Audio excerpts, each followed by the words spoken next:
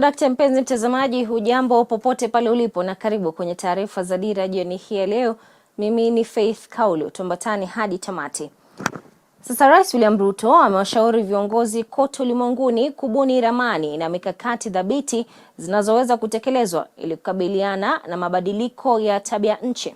Rais alikuwa anazungumza akiwa kwenye kongamano la COP28 leo hii.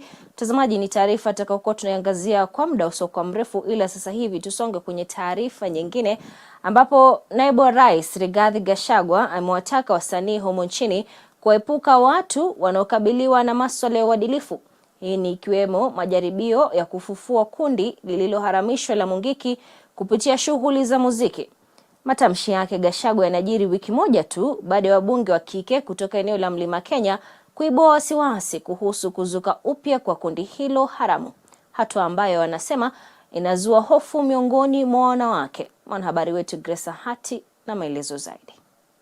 Katika azma ya kusitisha kuzuka upya kwa vikundi vya uhalifu vilivyoharamishwa nchini kupitia shughuli za mziki, naibu rais Rigathi Gachagua amewataka wasanii kuepuka watu wanaokabiliwa na masuala ya uadilifu, ikiwa ni pamoja na majaribio ya kufufua kundi lililoharamishwa la Mungiki. Akizungumza jijini Nairobi wakati wa uzinduzi wa wakfu wa Samido, naibu rais alisema kuwa watu wanaohusishwa na uhalifu wanajaribu kurejea kwa umma kupitia hafla zinazoandaliwa na wasanii na kuteka nyara shughuli hizo ili kuhutubia umati. Haya yanajiri baada ya Gachagua hivi majuzi kuonya kwamba jaribio la kufufua kundi la Mungiki litakabiliwa na hatua madhubuti, huku akidokeza kuwa kikundi hicho kilipigwa marufuku nchini. I want to plead with our artists, be very careful.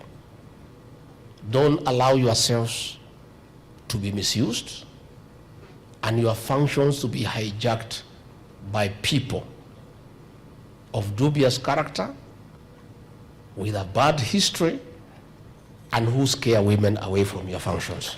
Aidha, Gachagua amewahimiza vijana wenye talanta kuchukua talanta zao kama kitega uchumi, akibainisha kuwa serikali imeanzisha mpango sawia kupitia kwa mpango wa talanta hela. In our Kenya Kwanza plan we have 5 pillars, and one of them is the digital superhighway and the creative economy. We want talent to be a source of income. We want to encourage talented people to take their talent as a business and develop it as a business and make money out of it, because it's a business like any other, so that you are not just harnessing your talent for the sake of it, but it also becomes a means of income. Gachagua vile amewataka wasanii kukumbatia uwekezaji ili wawe na maisha bora katika siku zijazo. Make hay where the sun shines. But I also want you people to learn how to save, because you'll not be young forever.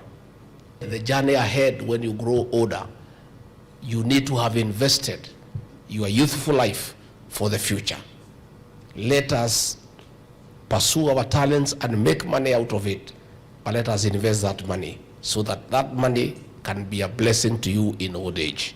Nikiripotia Dira, mie ni Grace Ahati.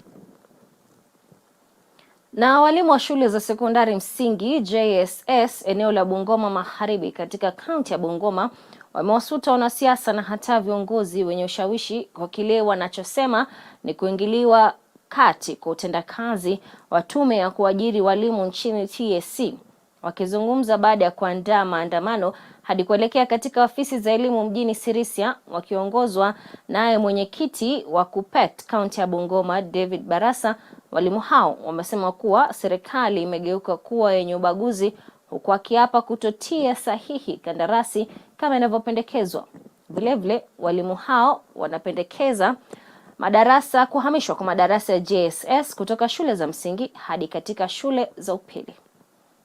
Tumekuja hapa ili kukutana na Wizara ya Elimu kwa sababu mambo sio sawa pande hiyo. Tunaumia. Mambo sio sawa mambo hiyo. Jambo la kwanza tumekuja kuteta kwa tume ni kwa sababu waliambia walimu wetu wa junior school ya kwamba wanawaajiri kwa internship mwaka mmoja peke yake. Alafu mwaka wa pili watakuwa wamekuwa absorbed kama permanent and pensionable. Yes. Hatujaona. Hatujaona. Another thing is that they are going to employ more intern teachers. We know that.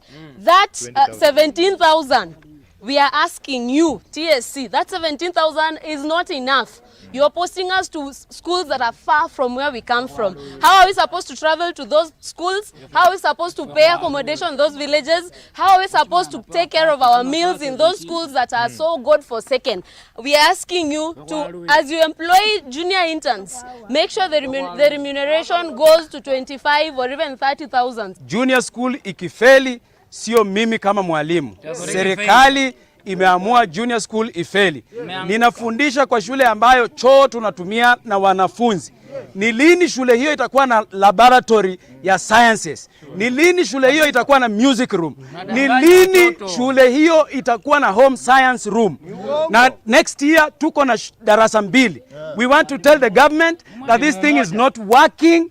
In juniors, in primary schools, we want this junior school to go to secondary school.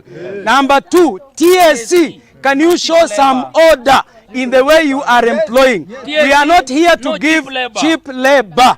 Hatuwezi wanafunzi ambao tulifundisha kwa bom form 1 hawawezi wakaandikwa mbele yetu. It is not fair. Na viongozi wa eneo la Pokot Magharibi wakiongozwa naye naibu gavana Robert Komole wameandamana kwenye barabara kuu ya Kitale Lodwar na kusitisha shughuli za kawaida kwenye barabara hiyo. Viongozi hao, mtazamaji, wameandamana dhidi ya mauaji ya wakazi wa eneo hilo. Hii ni kufuatia kudorora kwa usalama eneo hilo, huku kibainiwa kuwa watu 6 wameuawa wiki hii, huku wengine zaidi 16 hawa wakiachwa kama wanaoguza majeraha mabaya hospitalini. Baadhi ya viongozi wa eneo hilo wametishia kukigura chama cha UDA iwapo usalama haitaimarishwa eneo hilo, huku wakazi wa kaunti hiyo wakishutumu serikali kwa kile wanachosema ni kushindwa kuimarisha usalama eneo la kaskazini mwa bonde la Ufa. Haifai hata kidogo. Hatutarudi nyuma. Leo hii tuko na maiti 3. Na hiyo maiti 3 ni askari ya Kenya ndio waliua. Sasa tutaandamana kwenda kuzika watu wetu. Hiyo incident imefanyika mpaka saa hizi. Hatujaona hata Kindiki akisema neno hata moja. Hatujaona hata Duale ambaye ni mtu wa Mungu ambaye wanasoma Qur'an kila siku hajasema hata pole kwa wale watoto. All those persons, the Pokots who died through that barbaric act of being thrown to a bomb, the government of Kenya must compensate all of them. Ndio. Na sisi tumesema hivi, kila kitu hii county isimame mpaka amani patikane na watu wetu walipwe. Na sisi tunapatia Kindiki ultimatum.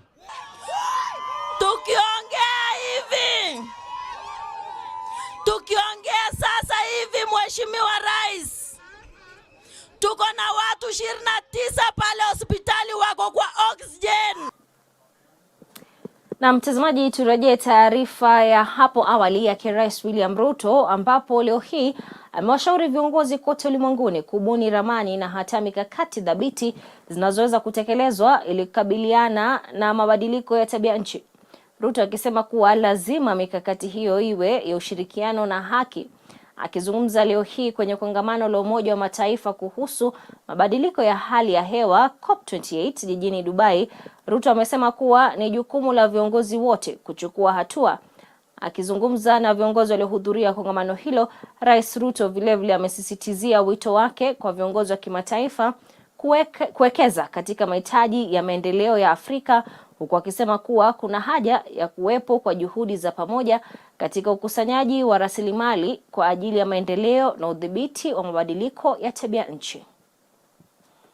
Fellow leaders, as we convene here in Dubai, we must appreciate that the presence of almost 200 nations speaks volumes about the magnitude of this global event and what it stands for. This gathering is a testament to the universal recognition that among the multitude of global challenges confronting us today, climate change stands out as by far the defining issue of our era. COP28 underscores our shared commitment to confront with unwavering resolve a challenge that transcends borders, impacts every facet of human existence and well-being, and demands a concerted global response as a matter of grave urgency. Our mission for this COP is clear: to foster radical cooperation that steers the world firmly back onto a 1.5 degrees Celsius ceiling. Equally critical, we are here to affirm our commitment to provide robust support to those of us who have contributed least to climate change, yet bear its most catastrophic impacts. As Africa, we are ready to play our part in full. The Nairobi Declaration, which we adopted at the conclusion of the first Africa Climate Summit, set out the vision and pathway for Africa to be a vital part of the global solution to the existential climate challenge we face. Turning Africa into a green powerhouse is not just essential for the continent, it is also vital for global industrialization, decarbonization. Going forward, clear, actionable roadmaps for implementations are required. In turn, this call for a unified global effort to mobilize the necessary capital for both development and climate action. To echo the consensus projected at the Paris Summit, we must establish a new global financing pact which ensures that no country is ever forced to choose between its development aspirations and necessary climate action. Fundamentally, this is a call for an integrated approach where economic growth and developmental sustainability are not mutually exclusive but are pursued in tandem for the greater global good. Mtazamaji, dhuluma za kijinsia ni suala ambalo limekuwa likitatiza familia nyingi humu nchini. Aidha, kupitia juhudi za mashirika tofauti, jamii mbalimbali zinazidi kuhamasishwa kuhusiana na jinamizi hili. Shirika la IPAS Africa Alliance limewaleta pamoja vijana na hata kutumia mbinu ya sanaa kuelimisha kuhusu masuala hayo. Waandalizi wa hafla hiyo iliyofanyika katika kaunti ya Bungoma wakishikilia msimamo kuwa visa vya dhuluma za kijinsia vinaweza kuepukika iwapo kila mmoja atasimamia na kukashifu wahusika. Viongozi wa kidini wakishawishiwa kujitwika jukumu la kukashifu kitendo hicho bila uoga. Hafla hiyo imefanyika ili kuadhimisha na kuunga mkono kampeni ya siku 16 inayoendelea ili kuangamiza visa vya dhuluma za kijinsia. But then we do acknowledge the role of art in enhancing awareness creation, and for this reason we partnered with one of our community-based organizations, which is Stage Media, to be able to bring young people and especially adolescents to be able to tell us what are some of the forms of sexual and gender-based violence that they have experienced and that they have witnessed. And how they think we can be able to prevent this, because they are either affected or infected. We have activities, however, we will be in Kisumu County now because that's one of our counties. We shall be in Kombewa, partnering with our partners there to have a moot court in Seme and have various activities like legal clinics, medical camps, so that you're able to provide services and also provide information. Oftentimes, they do not have the space to speak up. Tunataka issues za gender based violence kama Bungoma County ziwe story ya kitambo ama story yenye haiwezi sikizwa tena, kwa maana wakati boma zetu zitakuwa na amani tutafanikiwa kwa vitu vingi sana, na wakati tutakuwa na changamoto kwenye boma hizo kwa sababu ya mambo ya masuala ya vita katika boma hizo, mambo ya masuala ya unajisi kwa watoto wetu, tutakosa amani kama Bungoma County, kwa sababu kwa visa ambavyo vimetendeka juzi ikiwemo mambo ya mimba za mapema, sisi kama Bungoma County tumeonekana namba zetu ama idhikati zikiwa kwa njia ambayo si nzuri sana, na ndiposa tukasema tujitokeze na tuweze engage the community, because hiyo imekuwa one of the key things ambayo tumeona ya kwamba itatusaidia sisi tupigane dhidi ya hii vita ya gender based violence, na hata tuhamasishe sehemu zetu za kazi na hata wakaji wa Bungoma. Na licha ya ripoti ya hivi majuzi kutoka kwa utafiti wa idadi ya watu na afya mwaka 2022 kubaini kuwa visa vya ukeketaji humu nchini vimepungua, yani kutoka 38% mwaka 1998 hadi kufikia 21% mwaka 2004 na hata kufikia 15% mwaka 2022, bado jamii kadha humu nchini zinaendeleza tamaduni hiyo, swala linalosemekana kuchangia pakubwa visa vya ndoa ya mapema, hasa wakati huu wa likizo. Visa vya juu vya ukeketaji vinaripotiwa maeneo ya Pokot Magharibi, huku wahusika wakiwakeketa wasichana sirini pasipo sherehe za kawaida ili kuzuia kutambulika. Wiki hii wasichana wawili katika kijiji cha Kokotuyonyo eneo la Lomot walikeketwa, wazazi wao na hata mmoja wa waliowakeketa wakikamatwa. Watano hao wanazuiliwa katika kituo cha polisi cha Lomot wakisubiri kufikishwa mahakamani. We saw it fit that beyond engaging the elders, beyond doing the training and capacity building for the community to take charge of the NFGM advocacy, is to try to talk to the girls, engage them and empower them with skills on how they can stay safe. We know that this is a very long holiday period. The schools have been closed until January next year, and normally it is during the December holidays that girls undergo circumcision. Katika jamii ya Wapokot ni kuelimisha hawa ili wajue madhara ya ukeketaji kwa mtoto msichana, kwa sababu wengi huwa wanaona kama ni utamaduni ambao umekubalika kwa jamii ya Wapokot, na walikuwa wanafikiria huu utamaduni ni wao, ndio sababu wanakatalia na kusema kukeketa mtoto msichana ni haki. Kwa hivyo tuliona kama Aire Foundation kwamba tuweze kupeleka ujumbe ya kuhamasisha watu wetu, haswa zaidi wazazi na hata wasichana wenyewe, kwa sababu tumekuja gundua kwamba huyu mtoto msichana wakati anakimbilia kukeketwa ni kwamba ajui kwamba kuna madhara ya baadaye. Tulijaribu jana usiku mpaka tumekamata hao wasasi 3 na wasichana 2 sahi wako custody ya OCS Lomot Ward. Tunapangia hao watu waingizwe ndani mara moja. Kwa hivyo hali ya hapa kwa sasa imekuwa si mbaya sana, ingawa changamoto ile tuko naye ni kwamba jirani naye pengine tuna shida na jirani, kwa sababu bado hiyo practice bado inaendelea katika jirani zetu hapa, na hiyo ndio inachangia sana watoto wetu wawe na influence ya ukeketaji. Na kongamano la biashara linalolenga vijana kwa jina Nairobi Youth Business Forum limeng'oa nanga rasmi leo hii katika kanisa la Sitam Valley Road kwenye ukumbi wa Dennis White. Kongamano hilo la siku 2 linalenga kuangazia masuala muhimu kwenye ulingo wa biashara na ujasiriamali, lengo kuu likiwa kuwawezesha vijana kifedha na hata kuwapa mawaidha ya kufaulu kwenye sekta ya biashara. Baadhi ya waliozungumza leo na watazungumza hiyo kesho kwenye vikao tofauti ni pamoja na Kasisi Gitao Mushugia, Samson Baptist na hata Eugene Blessing. Tumejumuika hapa siku ya leo kwa kongamano hii ili tukaweza kujadiliana jinsi ambavyo waumini haswa vijana wanarika wanavyoweza kufanya biashara ili wakaweza kujimudu katika maisha.